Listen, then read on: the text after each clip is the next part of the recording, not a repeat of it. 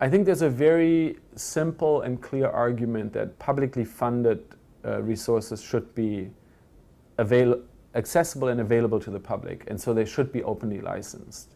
And I think that's a good starting point within the broader system of education. If our tax money pays for the materials, we should all have access to them, and open licenses are a very good legal mechanism for doing that. So I think that there has to be a broader acceptance that openly licensing educational materials is a good thing and is a thing, just a natural thing. Like, we shouldn't even be thinking about that very much.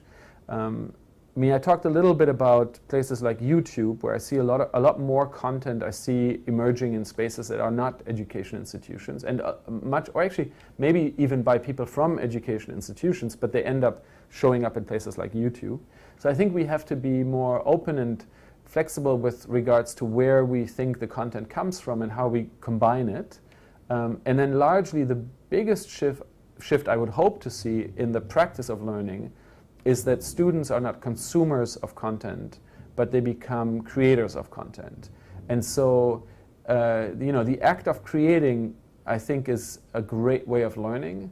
And that's not to say that they're going to come up with the best content necessarily. And education is inherently an incredibly duplicative effort, right? Like, we're all doing the same thing all over the place, and then we're doing it continuously. The next generation does the same thing. So it's like, if you compare it to industry, it's a terrible model.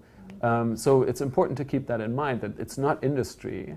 And so for students to over and over create new knowledge and new content, and often the same content, is actually a very important process for their learning.